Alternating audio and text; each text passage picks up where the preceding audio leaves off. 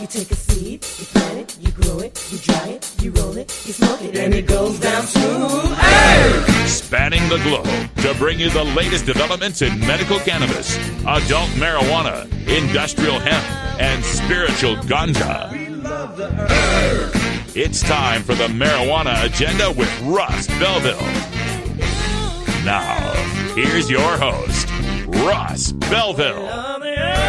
Good day, tokers and tokettes and non-toking lovers of liberty. It is Monday, June 26, 2017, and it's got to be 420 somewhere in the world.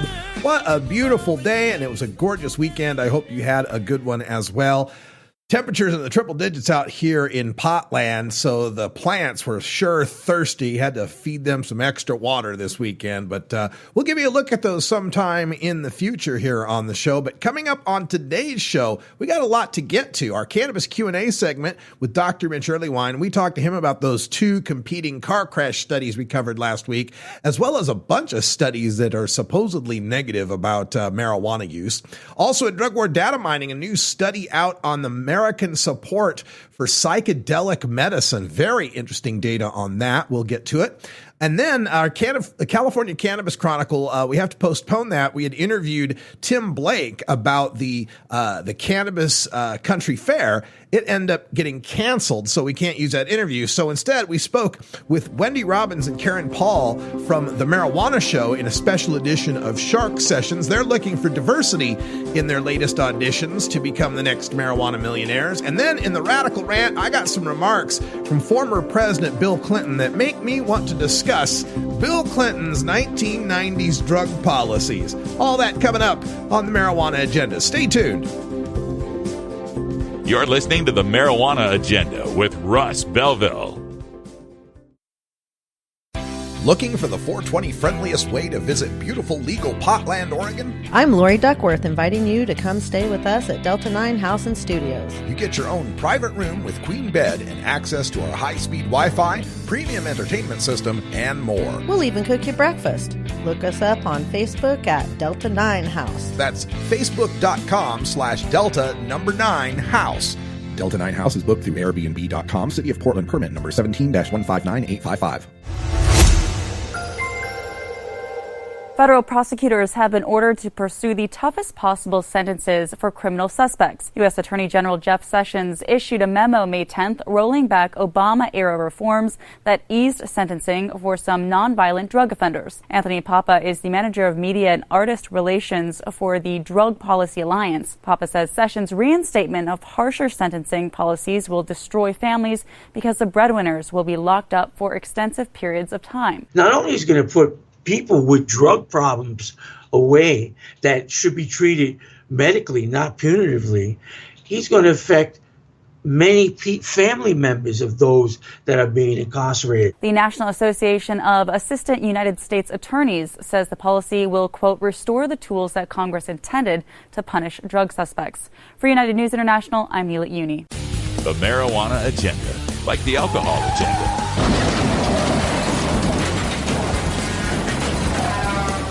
A lot safer.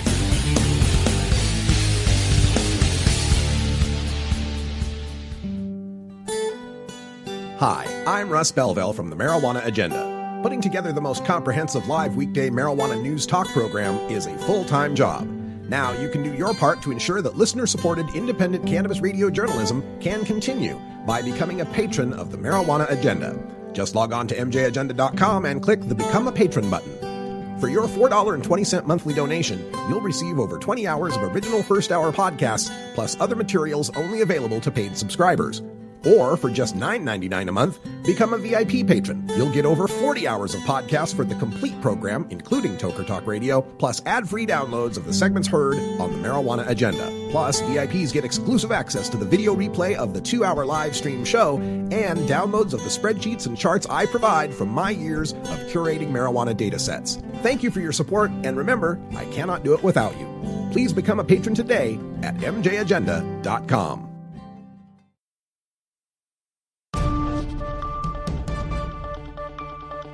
This is your Cannabis Headline News. Brought to you by MarijuanaMoment.net, the complete source for all your marijuana news in one morning newsletter from Marijuana Majority founder Tom Angel. Subscribe today for free at marijuanamoment.net. This is your Cannabis Headline News for Monday, June 26, 2017. I'm Russ Belville. Associated Press reports that Nevada regulators reaffirmed their intentions Friday to issue licenses necessary for retailers to begin selling pot for recreational use on July 1st, while complying with a court order in a lawsuit filed by alcohol wholesalers who want a piece of the pot distribution business.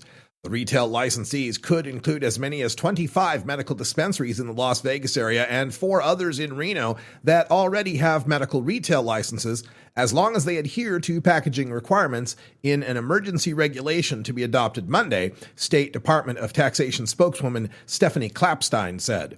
The fate of the recreational program has been in limbo since a Carson City judge ruled Tuesday that the ballot measure voters approved requires that alcohol wholesalers have exclusive rights to pot distribution licenses for 18 months. Louisiana Governor John Bel Edwards signed a bill to protect medical cannabis patients and business employees from arrest. The Lafayette Daily Advertiser reported that under existing Uniform Controlled Dangerous Substances law, legally sanctioned medical marijuana users, producers, and dispensers are protected from prosecution but not arrest. By signing the Senate Bill 35, that will no longer be the case. The legislation does not prevent the arrest or prosecution of any person who uses or distributes medical marijuana outside the scope of the state-sponsored program. Marijuana Policy Project, in a press release, said that the passage of the bill was, quote, yet another improvement to the state's medical marijuana program, legislation that was first enacted in 1978, end quote, that was, quote, unworkable and merely symbolic, end quote. MPP also notes that while improved, Louisiana's medical marijuana program, quote, fails to allow vaporization or smoking and leaves behind patients with severe chronic pain, end quote. Associated Press reports that Florida Governor Rick Scott signed legislation Friday to implement the medical marijuana amendment voters approved last year. Amendment 2, approved by 71% of the voters in November, took effect on January 3rd and required that laws had to be in place by July 3rd for how patients can qualify and receive the medicine. Patients who suffered from epilepsy, chronic muscle spasms, cancer, and terminal conditions were allowed under laws Scott signed in 2014 and 2016 to receive either low-THC cannabis or full-strength medical marijuana. This law adds people with HIV and AIDS, glaucoma, post-traumatic stress, ALS, Crohn's disease, Parkinson's disease, multiple sclerosis, and similar conditions. The bill still bans smoking the marijuana, despite amendment supporters saying it is written into the language. John Morgan, who played a key role in getting the amendment on the ballot and passed, is expected to file suit over this issue in Leon County Circuit Court. Medical marijuana products can be sold as edibles, vaping, oils, sprays, or tinctures. Patients may receive an order for 3 70-day supplies before having to visit a doctor again to get re-examined. The former head of Berkeley's Medical Cannabis Commission pleaded guilty Thursday to 3 felony counts, including one in which he conspired with a Berkeley attorney to conceal payments he had received illegally, reports Berkeley side. Dan Rush, age 56, who lived in Oakland but now lives in Crescent City, admitted in federal court that he had used his position as the organizing coordinator for the Medical Cannabis and Hemp Division of the United Food and Commercial Workers International Union Local 5 to enrich himself, according to a press release from the U.S. Attorney's Office. Rush's guilty plea follows a guilty plea of Mark Turbeek, age 50, a Berkeley attorney, in February. The two worked together to conceal the true purpose of a $500,000 loan made by a marijuana entrepreneur, among other illegal activities, according to authorities. The leadership of the Koch brothers network is brushing off its occasionally chilly attitude toward President Donald Trump, trying to nudge the administration in its direction. During a special meeting, Politico reports that Mark Holden, a top network official, said, quote, this was a failed big government top-down approach, referring to Jeff Sessions' new crackdown, and, quote, we had a war on drugs, drugs won, end quote.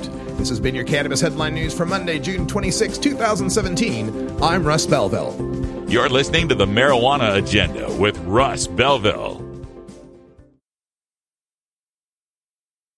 At Herbie Herbie's Cannabis Seeds, we pride ourselves on bringing you the best quality seeds from the world's most respected cannabis seed producers, all at the lowest online prices. You can find Herbie's Seeds at herbiesheadshop.com. All cannabis seeds are sold as souvenirs and as a means of preserving cannabis genetics. Herbie Seeds in no way intends to condone, promote, or incite the use of illegal or controlled substances. We strongly urge all prospective customers to check their national laws prior to placing an order. Herbie Seeds at herbiesheadshop.com.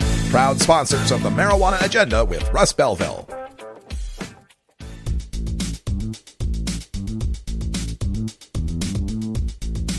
I'm Russ Belville from the Marijuana Agenda. Join me every 4 weeks for the Celebrity Marijuana Zone with Steve Bloom from celebstoner.com.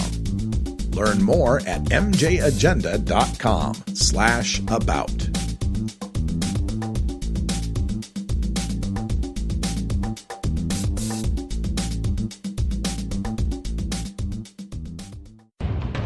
The Marijuana Agenda. Kevin Sabet's boogeyman since 2012. You have offended my family, and you have offended Shaolin Temple. Yes, might have gotten away with it, too. If it wasn't for these blasted kids and their dogs. If you work in the cannabis industry, consume marijuana, or just support freedom, you need to know about breaking policy news that affects you.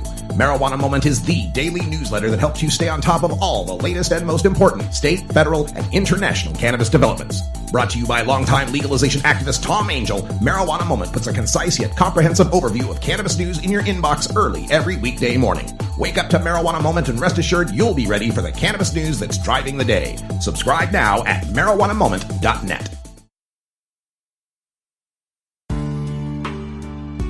This is Cannabis Q&A with Dr. Mitch Earlywine. Dr. Earlywine is a professor of psychology at the State University of New York at Albany and author of numerous books and columns on cannabis science, culture, history, and medicine. Email your questions to Dr. Earlywine at 420research@gmail.com or call the Marijuana Agenda message line at 650-LEGAL-MJ.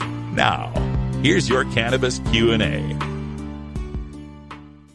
Welcome to another edition of Cannabis Q&A with Dr. Mitch Earlywine. How you doing, Dr. Mitch? Oh, having a great day. Oh, yeah, it's a beautiful summer day out here in Portland, Oregon. We're getting triple-digit temperatures. I want to remind everyone what my friends at SSDP say, hydrate or dihydrate. Very important to stay hydrated in these hot summer months. You've heard that from them, haven't you, Dr. Mitch? Indeed, I have to admit I have. All right. So in our studies, I want to start off with a couple of studies that I've reported on here on the show that were concerning, and they seem to be somewhat contradictory. There's one coming out from this insurance institute that says the legalized states, the states with legal marijuana, had an increase in their car crash claims, the insurance claims, compared to the states around them. And then there's another study, and Paull Armentano put this on the Normal blog, about a study showing no difference in car crash fatality risk in legalized states versus control states. So are these two studies contradicting each other, or is one just bunk? I'm always a little suspicious of the insurance companies' opportunities to claim really anything, but I do want to emphasize that these are really two different dependent measures. So the idea that maybe some minor fender benders increased in some of those states could have arisen from a whole lot of different reasons.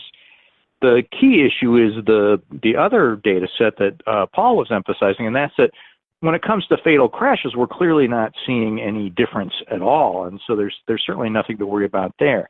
Now, are these modest increases in fender bender type crashes necessarily linked to cannabis? That's actually not the level of analysis of the data. They're just saying in these states. When you start thinking about what do those states have in common other than legalized cannabis relative to the neighboring states that were used as comparison groups, I hate to say it, but odds are high there's a lot more driving. And so, you think about those West Coast states, those are often very beautiful places where people want to go on a nice long drive. The more miles you put in, the more chance you have of these kinds of things. So I'd like to see them do a better job of controlling for miles driven before they start blaming all this on a plant. I know in Seattle and Portland, the traffic has increased a great deal in the 10 or so years that I've been out here. I would think that would have something to do with increasing the fender benders compared to, say, Idaho or Wyoming. Exactly. You're thinking just like you should on this. All right, good. Well, let's get to these other studies that are a little more complex, and I'm really looking forward to your point of view on this. This first study that concluded that THC acutely interferes with encoding of verbal memory without interfering with retrieval, suggesting that learning information prior to the use of cannabis or cannabinoids is not likely to disrupt recall of that information. So study first, then get high. Is that what this study is telling us? It's pretty much that simple, too. So the stuff you've already encoded, no matter how high you get, that's not going to get washed away. But to get high and then try to learn something is going to be a real uphill battle, in part because the hippocampus is, in a sense, turned off. This is one of the advantages for cannabis use in PTSD, to tell the truth. And so the chance that you're going to forget your first grade teacher's name, if you already know it, no matter how high you get, is super unlikely. Or the stuff you've already learned. But if you're trying to memorize something new right after a big bong hit, it's going to be tough. Mm-hmm. All right. There's a trio of studies now that seemingly back up some stereotypes that our opposition likes to throw at us. This first one says current and past marijuana users were less likely to report recreational moderate physical activity than people who have never consumed cannabis, saying, implying here that stoners are sitting on the couch rather than getting out and being active. Yet haven't we seen studies that showed us to have a lower BMI? I don't understand how to reconcile those. Exactly. And in fact, those BMI data have replicated in 3 very large, very disparate data sets now. So clearly, if stoners are less likely to endorse this moderate physical activity, I think it may be in part because of a bigger candor on just being willing to say, yeah, you're right. I don't want to blow my buzz simply because I lied on some silly survey. But also, you'll notice that they're only showing up in the modest. So the other categories of physical activity, it's not clear exactly how they've broken it down. And then we're talking about maybe a 5 percentage point difference. So if the sample hadn't been so big, this probably wouldn't have been statistically significant. But that said, a lesson to us all to get on the exercise bike first thing in the morning, go for a walk any chance you get. You don't have to pick the closest parking space, et cetera. And then let's all stay healthy and live a long time and smoke a lot of bowls. I wonder how they control the survey population. I would think that if you're looking at current marijuana users, you might be skewing more patients and people who don't have the ability or reduced ability to get out and enjoy moderate physical exercise. Is that possible? Absolutely. Much like the finding Tom Denson and I had with the cannabis and depression, once you take the folks who have serious illnesses out, the effects really do disappear. And I couldn't actually get the whole publication here. I only could get the abstract, but I would love to see if they really took a look at that. That's good thinking. Okay. This next one, a review concludes there is now convincing evidence that heavy use of cannabis increases risk of psychotic symptoms and schizophrenia-like psychoses. Convincing evidence sounds pretty strong, Dr. Mitch. Well, you see D'Souza's on this, and it's in fact a rehashing of the exact same stuff we've heard 100 times before.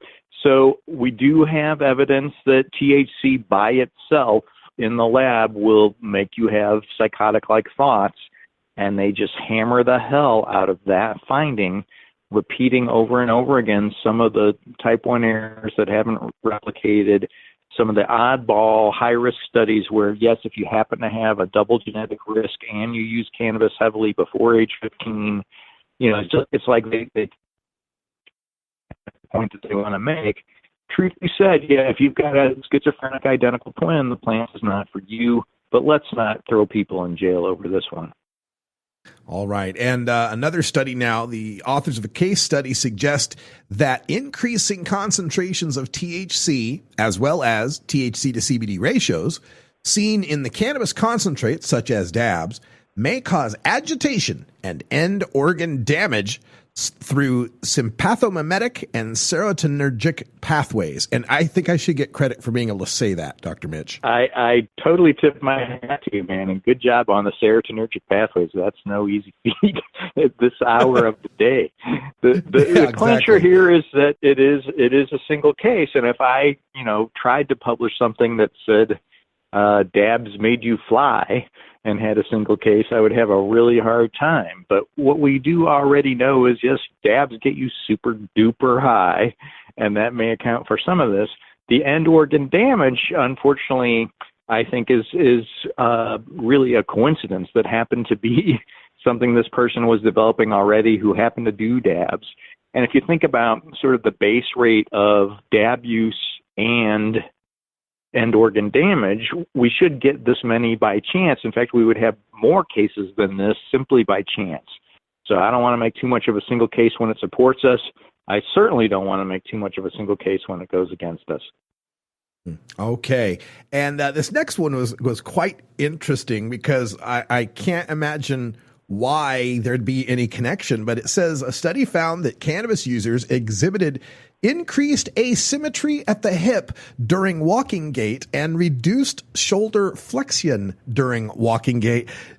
I can't help but think of the Keep on Truckin' old poster from the 70s with the way laid back freak brother. The guy throwing his leg way forward as he leaned way back. Yeah, I could only get the abstract on this one, too. And the emphasis is consistently that these are not clinically identifiable. These are really small effects they found in a really large sample. And in truth, the number of places they would have had to look in order to find these, you can imagine what specific location for strangeness and gait. Now, it's not completely insane because you do see this in binge drinkers. They start to walk with their feet wider, like sort of Yosemite Sam, I'm not going to fall down kind of thing. And perhaps some stoners have compensated in those directions, and that might explain that hip thing. But again, we're talking about a very small effect that really needs to replicate. I just like to think that we're really laid back, man.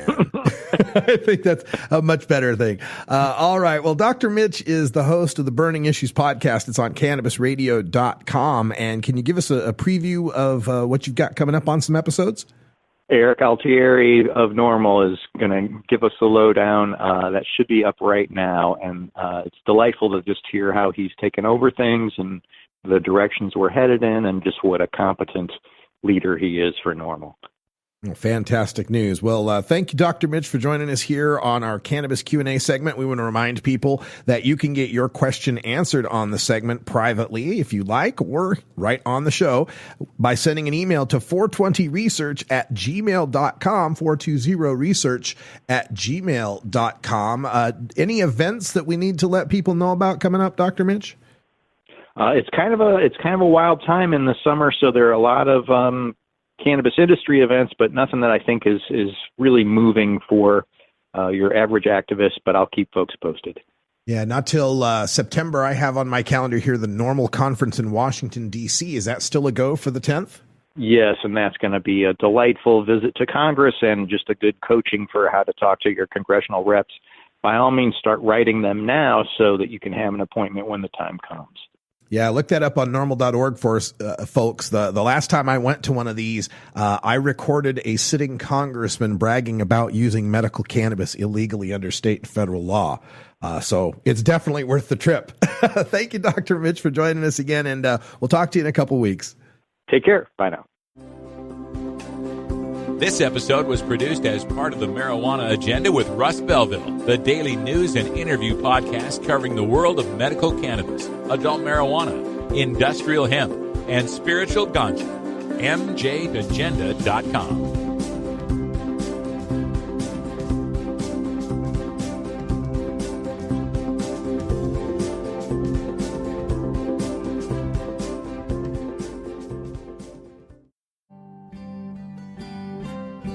Hi, I'm Russ Belville from the Marijuana Agenda.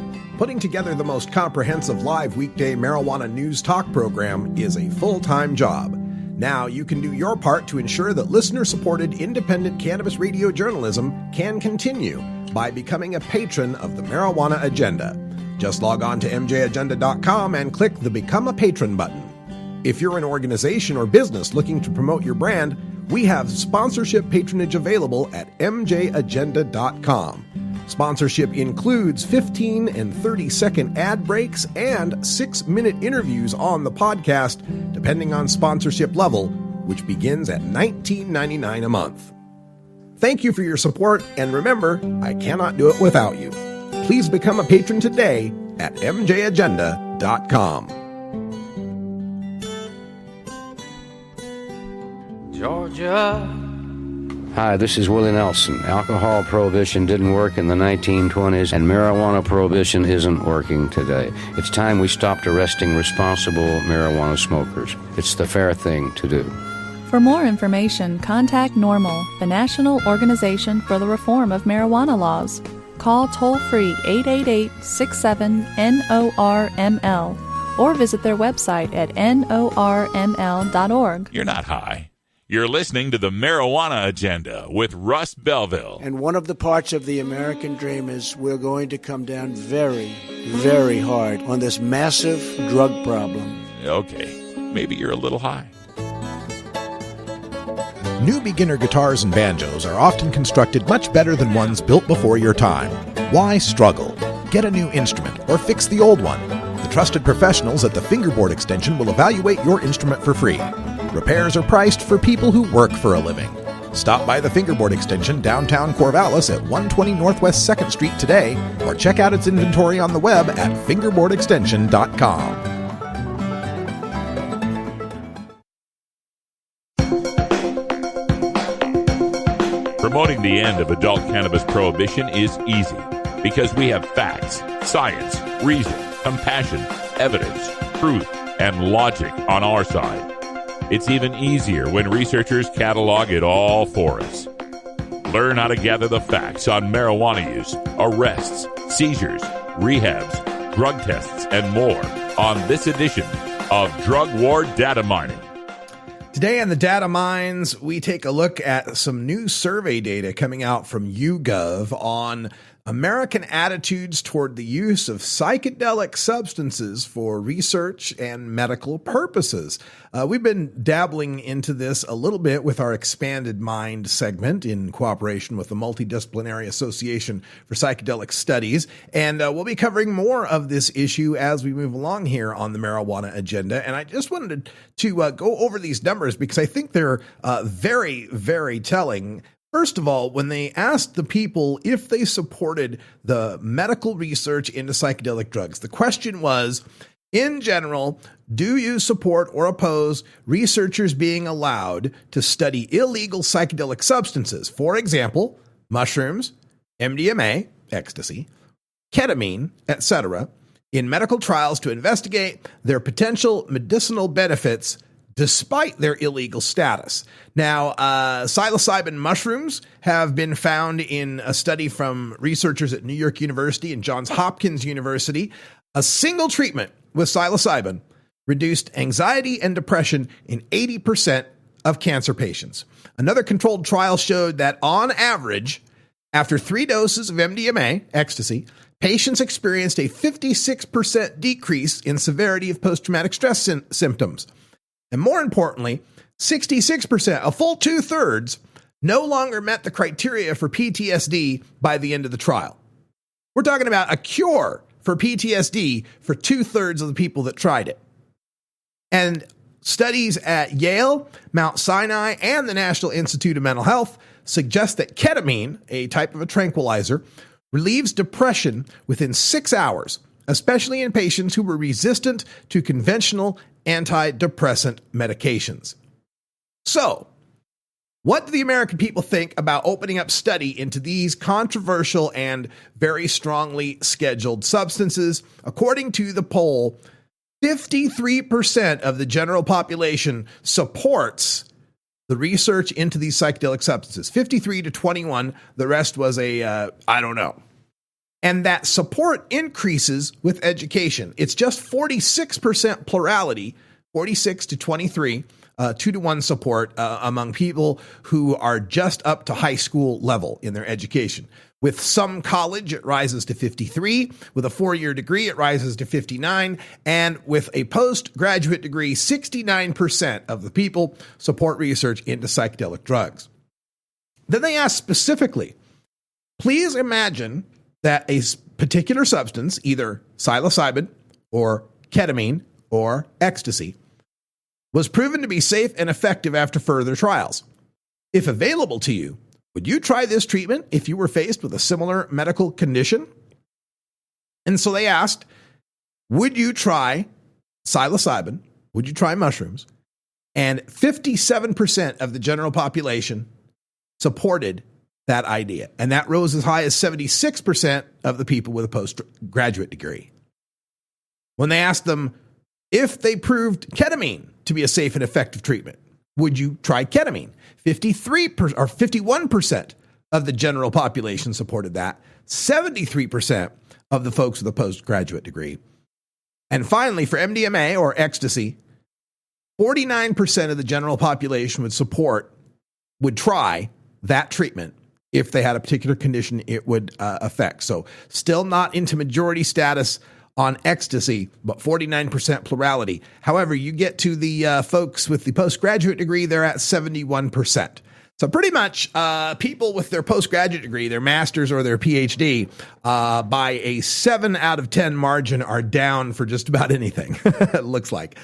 They say there's a time and place for everything, and that time and place is college. So great study there coming out of YouGov. We'll have the link for you up on our blog at mjagenda.com in our show notes.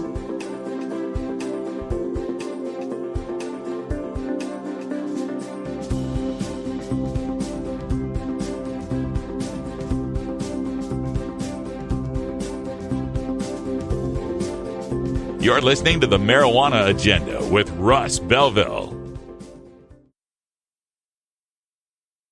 Hey everybody, it's Russ Belville from the Marijuana Agenda, inviting you to be like me and get your ink done at Lucky Horseshoe Tattoo, Fort Worth's most female-friendly, clean, sterile, awesome tattoo shop.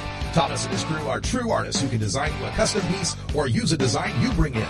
Lucky Horseshoe also offers all styles of tattooing as well as piercings and all-around fun. In the DFW area, stop by Lucky Horseshoe Tattoo and tell them Radical Russ sent you. Trust me, it'll feel awesome. It's time for cannabis facts about teen drug use from Robert Platshorn's thesilvertour.org. This message is supported by our donors and Hemp Inc., a public company poised to lead America's hemp revolution at hempinc.com. A recent survey by the U.S. Centers for Disease Control indicates that in states that have legalized medical marijuana, the rate of marijuana consumption among high school students has not increased. In fact, in legal states like Colorado, teen use has actually decreased significantly. It's simply no longer a big deal for teenagers in legal states. This was Cannabis Facts from thesilvertour.org, an educational nonprofit supported by our donors and Hemp Inc., a public company poised to lead America's hemp revolution at hempinc.com. The Marijuana Agenda, like the pharmaceutical agenda, without all the side effects, overdose deaths, insurance. Side effects may include nausea, dry mouth, and constipation. Dry mouth, constipation, indigestion, and abdominal pain, which can occur without warning and may cause death.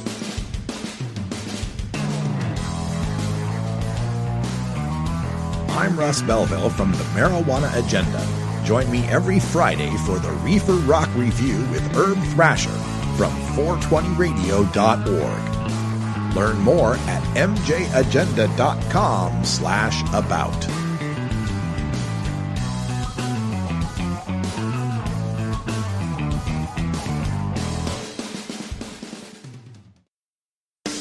This is Shark Sessions, brought to you by The Marijuana Show at themarijuanashow.com.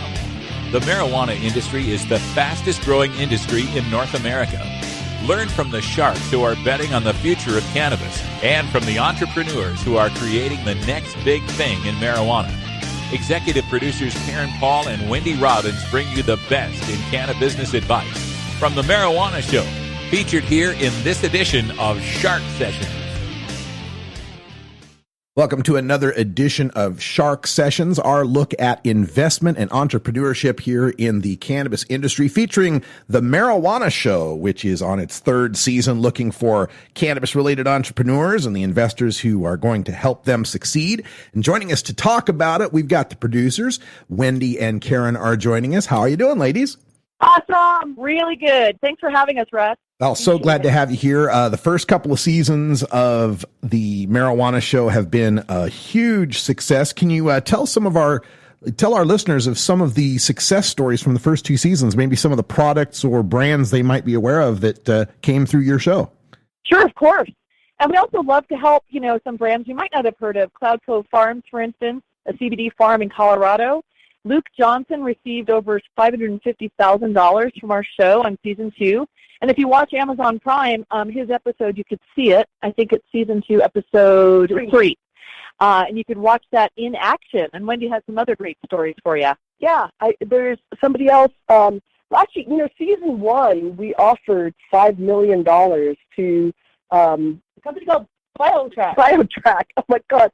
Woo! That went right out of my head. More coffee. Yeah, I guess. BioTrack. And we also have an investment in Baltimore. We own a percentage of a dispensary there. And, these aren't necessarily brands that you've heard of. BioTrack, of course, you have, but we're getting a lot of up-and-coming brands. We're getting brands that are profitable, that are just coming into the market. But, the Dixies and those kind of companies, they're pretty much spoken for. So we're bringing the next Dixies into the market. That's what we're looking for. Awesome. All right. So season 3 is happening. What do people need to know as far as watching it or participating in it? Well, we haven't filmed it yet. We're still looking for a few more people to audition. We're especially looking for diversity, women, people with really amazing gadgets, apps, technology, biotech, real estate. They can just go to themarijuanashow.com, click on Join Us, and there's an audition link there. And we're opening our auditions through the end of July. And at that point, we're going to close it out. We're going to go into shooting in the winter, and we're open to sponsors as well. We have a few more spots for people if they want to advertise their brand on our show. That's fantastic. And what are the logistics for someone who wants to get involved with this, as far as how far their company needs to be along? Do they need to do any special prep? And where actually is the audition? Okay, I like all those questions. Well, where they can audition is themarijuanashow.com, and then there's actually a link, and that link will say audition, and that'll give somebody all the information that they need to be able to audition. As I'm talking to you right now, someone is sending us information. They're sending us a deck and financials and like that. So it's pretty cool. We're also open to dispensaries and grows. Edible companies are tough. I mean, it has to be a company that is doing really well in one state and is going to expand into the rest of the country. That would be something we'd be interested in. And so, yeah. Yeah, we're also open to companies that are going to their second round of financing. And, we have a new group of investors. We keep expanding. We're actually launching a fund soon. So, if you're a company that already did your seed round and you're looking for another round, think about us when you're thinking about getting financing. What are some of the tips you could give our listeners if they're interested in applying, in auditioning? Like, what's going to make them shine and stand out from the rest of them?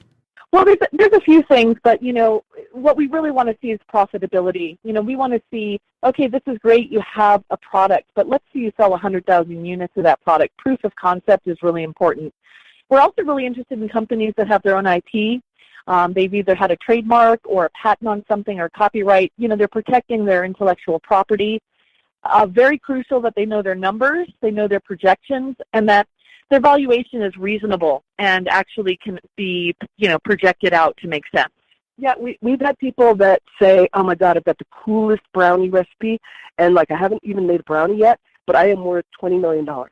You're like, what? It's like that's just nuts. So people really need to come in reasonably, just really aware and be able to defend their valuation. Like, how did you come to that? And so even if it's something that doesn't quite make sense to us, we just need to know how they're coming to those numbers. And then, one thing that we found is most people, they'll talk and talk and talk, and you have no idea what the heck they're talking about. So make sure right away to give what we call is like a Twitter headline. So the Marijuana Show is Shark Tank for the cannabis industry. And, most people will have a good idea of what that means in a sentence. And so it's almost like thinking of it as your tagline. So that people, we don't forget who you are, and that was intriguing. It's like it's a this meets a that is another way to look at it. And so those kinds of things, really addressing what is the problem, why are you the unique solution to it. So, for instance, in an edible situation, a lot of people have different kinds of recipes, but you may have something really, really important that's gluten-free, or some story where maybe you went through a healing opportunity through cancer and you couldn't find anything available that was really helpful, so you created your own superfood that had all the right things in it or had a certain kind of CBD or whatever, so that as we're listening, we know that no matter what happens, you will keep going. You're not going to stop midway. You're unstoppable because this matters so much to you, which is why Luke was able to get the money that he was able to get, because we got that his whole family put all their life savings into a farm, even though he wasn't a farmer. It didn't even make sense to invest in him, and yet it did because of his passion. So that's part of your storytelling. Absolutely wonderful. Now, you've been doing this for a couple of years so far, so that means you've done the Marijuana Show pre-Trump and post-Trump. Is there any change in the enthusiasm, volume, or type of pitches you're getting since we've got this new administration that seems to be a little less marijuana friendly? Yeah, it's interesting, but our focus is legalizing it. We're advocates at heart, and since number 45 came in, I can't even say his name anymore, we've just been kind of upping the ante in terms of strategy and helping train the entrepreneurs that join our team to do the same. And really, it looks like the latest news I've been researching is Sessions isn't going to get that budget to go from the Fed trickle down to the states. Even the Koch brothers today on a news article said that they support legalization and let the states decide. So we're feeling really optimistic, and we think that there's going to be a resurgence of revenue in the marijuana market. I mean, it hasn't gone down; it's only going up because we only go higher, right? Very well put. You made the pitch earlier as well for applicants of color, some diversity, LGBT, women getting involved. How is that going? And are you finding that there's more hurdles for these types of applicants to clear than a guy like me, perhaps? I have to say it's been so phenomenally hard, which is why we're not shooting. We're all ready to shoot. We have everything we need, but except for diversity. And so we don't want to go on, like season 2 was pretty much a white man show. Nothing wrong with that, but, season 1 had some really nice diversity, young, older, Asian, African-American, Latino, and Palestinian. So that is really part of the message that we want to get out. But it's I got to tell you, it's incredibly hard. We go out to women's meetings specifically. We've gone to cultural events that specifically are for diversity, and so far, it's just taking longer. So if somebody's listening right now and fits that, reach out to us for sure, because we really want to share that we are a multicultural community and industry. Yeah, we're getting dinged on that issue quite a bit. Even mainstream media is starting to pick up on the post-legalization era, kind of being swamped by rich white guys. Some of the institutional hurdles they put up as far as, having to have millions of dollars in escrow and all these types of connections are just making it much more difficult for minority applicants to get involved in this industry. I'm glad that you guys are taking a look at this and are pushing for that diversity. We really appreciate it. Wendy and Karen, I'm also wondering, just on a personal level, how has the Marijuana Show been for your lives? And I'm sure you're busy as hell, right? Oh my gosh! You know what this is like, being in this industry. It's kind of like the .com of the 2000s, and we're certainly realizing that we have to be everywhere at once. We're thinking about cloning ourselves or trying to do the 3D printer. Getting maybe a hologram Wendy and Karen. It is hard to be at every audition, and whenever we're invited, we show up. But at this point, all we're doing is just broadening out our team so we can have teams in certain places when we're not able to be there. But it really it's been expansive. We received our own investment in our show, and kind of like Shark Tank, we initially started out as entrepreneurs, and we got a huge investment, and now we could teach because we experienced it firsthand. So it's only been a blessing and expansive, really amazing journey. The other thing that we have done, because our show is really people that are pitching pretty big numbers, is we did two things. One is we created Bud Camp, which is kind of the like an online incubator, an online accelerator for the industry so that people can learn from experts. And so we've been offering free classes. Now we're going to create a little bit of a membership so that there's some money that people put in, a little skin in the game. And that we'll let you know about, Russ, as that goes live, because we thought that was really important. A lot of people just aren't ready. So it's like, okay, let's train with really good people that understand what they're doing. And so that's something we're offering. And we'll have, like, for instance, a track that's specifically for investors, because we're finding there's a lot of investors, but they don't know what they're doing. They don't understand the risks, the regulations, the compliance, the laws, et cetera. And so, they don't understand the trends, where things are going. And so we really wanted to just honestly and authentically be able to share and teach, an accelerated class, if you will, where they can network and hear from lawyers and different kinds of experts and investors, et cetera. So that's one thing. The second thing is for women in particular, and it's funny because it's for men and women, but now we have 250 mostly women who are building businesses with hemp oil. And it's an affiliate marketing opportunity, which we've never done, word of mouth kind of marketing. But it made sense to us because for less than $1,200, you can have your own business selling a hemp oil that, in our mind, is the best hemp oil that we've been able to find in the market. And then we're able to train people. So Karen has something to say about the training. Yeah, we train people. What we found, Russ, is that exclusive elitist club that we were starting to become a part of in really only having men, white guys, typically get the majority of or the lion's share of the investment. So, with this particular affiliate program in the CBD world, we're able to get more people, especially women. It's 90% of our team is women involved in the cannabis industry for a small amount of money. And while we support that, we also support other CBD companies. There's a CBD dog bone company that was on season 2, Hempel Farms. We love that family, Chris Martin and his family. He had to go to prison for possession, and his son took over his company at age 10, and they have great CBD dog bones. And as I said earlier on the show, Luke Johnson received a huge investment. He's only 24 when he received that money. So, we're ultimately advocates here to help people and help them get that money. And I think we're different than most investors at this point. We're approachable. We're more like dolphins than sharks, that's for sure. Yeah. Very well put. Wendy Robbins and Karen Paull, the producers of The Marijuana Show, they're looking for applicants for season 3, especially people of color, minorities, LGBT, women. Please get involved. Check out themarijuanashow.com. And Wendy, Karen, is there any other contacts you need to give out? Yeah, I'd love everybody on your show to follow us on Facebook. And it's The MJ Show. You could get us at MJ Reality Show. And our Twitter is also #MJ Reality Show. And for those listening, if you want to audition, again, it's themarijuanashow.com. Hit join us and then audition. You could also reach us if you want to, personally get in touch about anything at producers@themarijuanashow.com. And that's our email, producers@themarijuanashow.com. And look forward to meeting some of your audience. And you do a great job, Russ. Thank you so much. Amazing job. And we're really excited to be able to share what you do. Oh, thank you so much, ladies. Appreciate your work, and let's get some more entrepreneurs built in this cannabis industry. Really appreciate it. Check out The Marijuana Show, everyone, and thanks for joining us for another edition of Shark Sessions.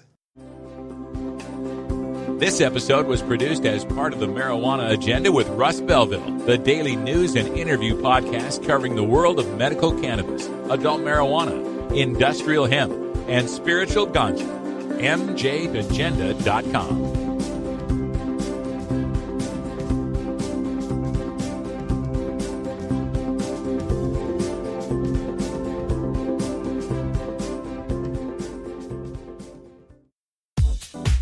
The The Marijuana Agenda with Russ Belville is proudly sponsored by the Marijuana Business Association. The MJBA, called by NBC News the Cannabis Chamber of Commerce, is the fastest-growing business association and the fastest-growing industry in America. I've been working with the MJBA for years, and I personally invite you to join the MJBA. MJBA also publishes the popular MJ Headline News on Facebook and the MJNewsNetwork.com and Marijuana Channel 1 on YouTube. Visit mjba.net for more details. So my daughter has diplegia, cerebral palsy, which is sort of from the waist down, so her lower limbs don't work effectively. After age 2.5, she began to show signs of autism and self-injurious behavior.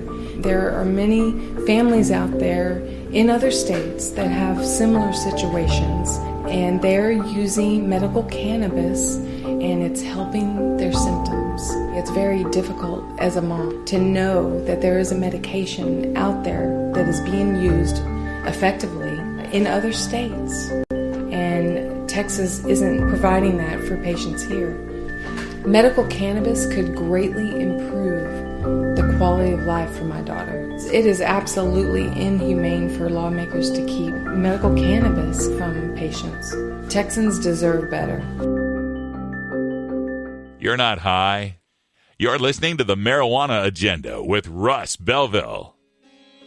I reject the idea that we're going to be better placed if we have more marijuana. Okay, maybe you're a little high.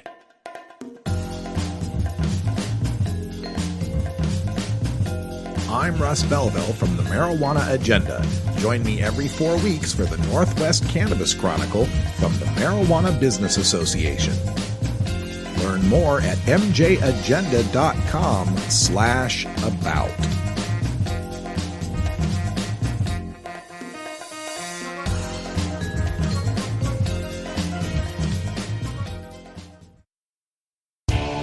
Total war against public enemy number one. 10 federal criminal penalties for up to 1 ounce of marijuana. Marijuana is probably the most dangerous drug. Legalization is just another word for surrender. I experimented with marijuana and didn't inhale. This is not medicine. This is a Cheech and Chong show. Encourage people to use less drugs. I inhale. That was the point. I think it would be a mistake to legalize. Negative reports coming out of Colorado. Good people don't smoke marijuana. Today I want to talk about Slick Willie, the big dog himself, former President Bill Clinton, who was speaking to the U.S. Mayor's Conference in Miami, warning about the growing opioid crisis and warning that it's not going to be constrained just to rural America because of heroin flowing in from Mexico and fentanyl growing more attractive to inner city gangs. This is reported by the Daily Caller that former President Clinton said, quote, "In the beginning, this despicable epidemic had a less violent delivery system. Our kids were delivered, and a lot of our adults were delivered into a paralyzing addiction by doctors, pharmacists, and drug manufacturers, not by armed gangs. However, this movie is coming to a theater near you. Because as the government got better at dealing with opioids, more people moved into heroin. Heroin's even cheaper now because it's being grown in Mexico and in the hidden parts of the Sierra Madre Mountains and being harvested by preteens. And then it got even cheaper with fentanyl, which is a synthetic drug that if you have a 13-year-old child or certainly a 15-year-old child who can make a C in high school chemistry and access to a garage, they can learn how to make it. And now it's becoming attractive to urban gangs. It's going to eat us all alive." End quote. Oh, so now Bill Clinton is concerned about drugs flowing into America from Mexico. Now Bill Clinton's got a problem with the opioid epidemic and what may happen if we don't keep the drugs from pouring over our border. Well, let me dial back into the Wayback Machine. I borrowed it from Sherman and Peabody. Dial way back into the Wayback Machine here and recall that Bill Clinton had quite a role in the 1990s. I do believe he was president of the United States at the time and ran a executive branch that included the Drug Enforcement Administration. So Bill Clinton signed, of course, the crime bill in 1994 that led to our epidemic of mass incarceration. And he rejected a U.S. Sentencing Commission recommendation to eliminate the disparity between crack and powder cocaine, the disparity that meant 5 grams of crack carried the same mandatory minimum sentence as 500 grams of powder cocaine, grams of crack being sold in the inner city among black folks, powder cocaine being used on Wall Street among the white folks. You had to have half a kilo of powder cocaine to get the same sentence as a small vial of crack rock. That was Bill Clinton's doing. That was under Bill Clinton's watch. Also, under the encouragement of his drug czar, General Barry McCaffrey, they rejected a federal ban on funding for syringe access programs. You know, the clean needle programs that keep people from dying of heroin overdoses, from opiate overdoses. Now he's concerned about the opiate overdoses. Back then, those addicts can just die from the dirty needles back during Clinton's time. And we can dial the Wayback Machine even farther back. We can dial it even farther back with Bill Clinton before he was president of the United States. He was governor of the state of Arkansas. And I don't know if you've been watching the History Channel's amazing documentary series they're doing on the war on drugs. They are connecting all of the dots. And one of those dots is a little airport in Mena, Arkansas, M-E-N-A. Go ahead and Google Mena, Arkansas, and their airport. There's a book out called Compromised, Clinton, Bush, and the CIA, written by Terry Reid. Terry Reid being a former CIA asset who wouldn't turn a blind eye to the cocaine smuggling that was going through the airport in Mena, Arkansas. The book alleges that Bill Clinton, as governor, sold out to the CIA and not only allowed for cocaine to be flown into the Mena airport and out through the Mena airport as part of the black operation funding for the Iran-Contra affair. Remember the Iran-Contra affair? They were bringing the cocaine in from South America, Central America, flying it in through the Mena, Arkansas airport with the wink, wink, nudge, nudge, blind eye of Governor Bill Clinton at the time. Of course, keep in mind that the head of the CIA involved at that time, back in the day, was George H.W. Bush, who later became vice president of the United States. And then Clinton defeated H.W. Bush when he ran for re-election. But they were still kind of compromised on this whole Iran-Contra cocaine smuggling issue from Mena, Arkansas. This was a major cover-up at the time, took a lot of investigative reporting before this was revealed. Of course, Bill Clinton could reveal it to H.W. Bush because H.W. Bush was caught up in the Iran-Contra scandal, couldn't do anything about that. There were secret meetings with CIA arms arrangements, and this is the other scandal out of Arkansas from Bill Clinton's times, the allegations in this book by Terry Reid of Arkansas factories manufacturing guns illegally, untraceable guns being manufactured to be shipped down into Central America, into South America for these illegal CIA operations in the 1980s. So for Bill Clinton to stand in front of the U.S. Conference of Mayors now and complain about Mexico and drug trafficking and opiates when he was allowing opiate users to die from dirty needles, when he was helping traffic in the crack cocaine, or the cocaine that got turned into crack in the 80s that turned the inner cities upside down,